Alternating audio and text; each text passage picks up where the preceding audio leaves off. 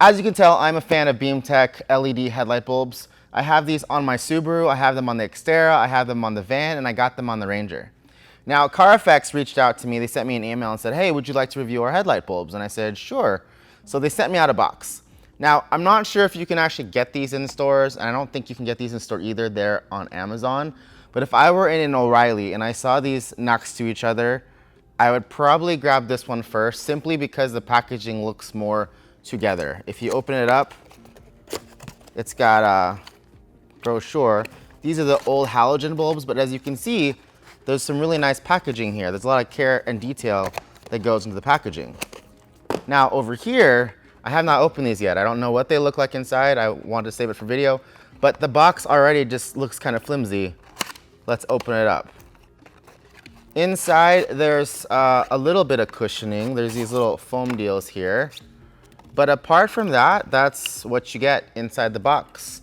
No super cushy cushioning and packaging. Let me go pull out the bulbs out of the Ranger and we'll compare.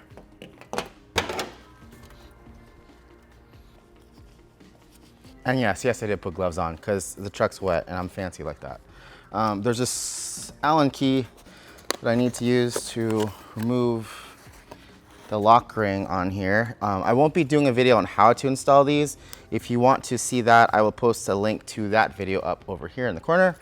But let me get this off real quick.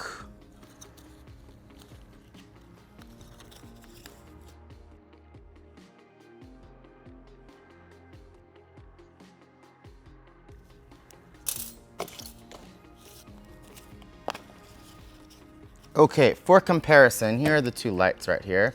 As you can see, this one is a little bit taller than this one is.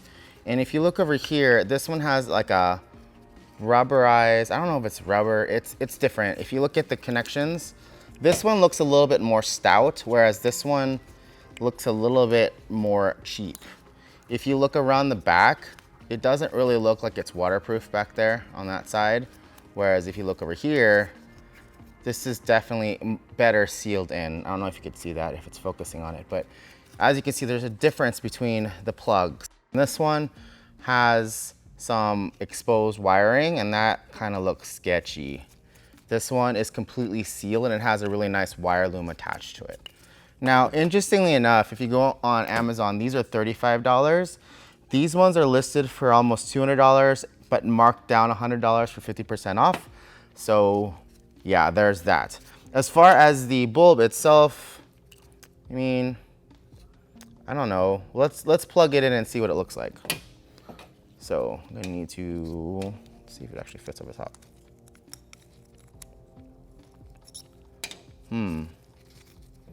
How do you, oh, okay. Well, that's kind of convenient. It just doesn't require a tool to remove it. You just slide it off like that. So that's kind of nice.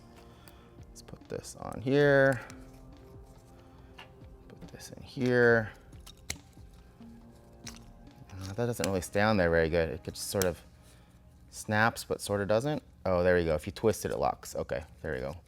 So it goes in, you twist, and it locks. That's a lot more convenient than this thing is, which requires an Allen key to undo the thing. So that's a win. Let me go install this now. So I've got the bulb plugged in there, and as you can see, the wires are kind of exposed on that back side. If you go over here to the Beamtech, it's much better sealed and it's got that nice wire loom attached to it. Let me turn off the lights in the shop and let's see how they compare. All right, I got all the lights in the shop off and it's hard to tell, but they look kind of the same. The light on the left is the CARIFEX, the light on the right is the Beamtech. This one is rated at 20 watts. This is rated at 36 watts. Both have 30,000 hours of runtime. Let's scoot it and see if the one's louder than the other. So this one, you can hear the fan going. Over here, I think this fan might actually be louder. I'm not sure. They're about the same. But that's what they look like right now. I'm gonna take these for a drive tonight when it's dark out for a comparison. For reference, here's some old footage of the halogen bulbs on top and the Beamtech LEDs on bottom.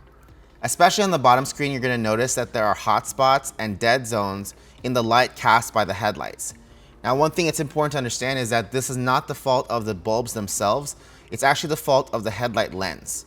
The reason why I know this is that the Ranger and the Xterra have the same exact size headlight bulb, and I run the Beamtech in both trucks.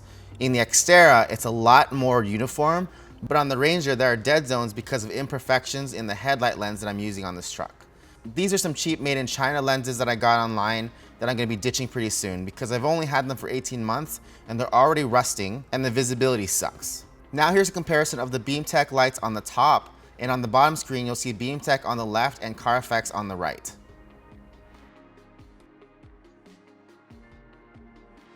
Just for fun, I took the truck on a dirt road where there was no street light pollution just to see what the lights looked like by themselves. And it's hard to tell, but you can see that there's a slight color temperature difference on the CARIFEX light than there is on the Beamtech. And finally, here's a comparison of low beam and high beam. Performance-wise, I didn't perceive a humongous difference between these two bulbs. I was expecting this one to be brighter because it has a 36 watt draw versus a 20 watt draw, and usually more watts means more bright, but that wasn't the case here. From a construction point of view, I definitely like this connector and this cable loom much better than the cable on this one. This one says that it is dust and waterproof, but as you can see, the connectors are exposed, so only time will tell there. I do really like this feature where you can just twist it off and install the bulb in seconds versus the 35 seconds to a minute it takes to unscrew and rescrew on this little screw with the Allen key. And one time I actually lost the screw in the engine bay and it took me half an hour to find it, which sucks a lot. Other deciding factors are price. This one is $35 on Amazon. This is about $60 on their website. So if you're shopping based on cost, this one wins all day long. That's typically what I do with LED bulbs. I just buy whatever's cheapest, and they're usually super cheap, so they're cheap to replace if they do die. The primary differentiating factor between these two would be longevity. This one is rated for 30,000 hours of life, and so is this one. But the only way to test that is to leave them in the truck and see which one outlasts the other. So what I'm gonna do is I'm actually gonna leave the CARIFEX bulb on this side and leave the Beamtech one on that side and see which one dies first. This one is about a year older, but I'll just remember when this one dies and then remember when this one dies, and we'll see from there. So I'll post a follow-up video on this later. Big thank you to CARIFEX for giving me the opportunity to review these bulbs. They look pretty good, and I'm excited to see how long they last and how they compare to the other bulb.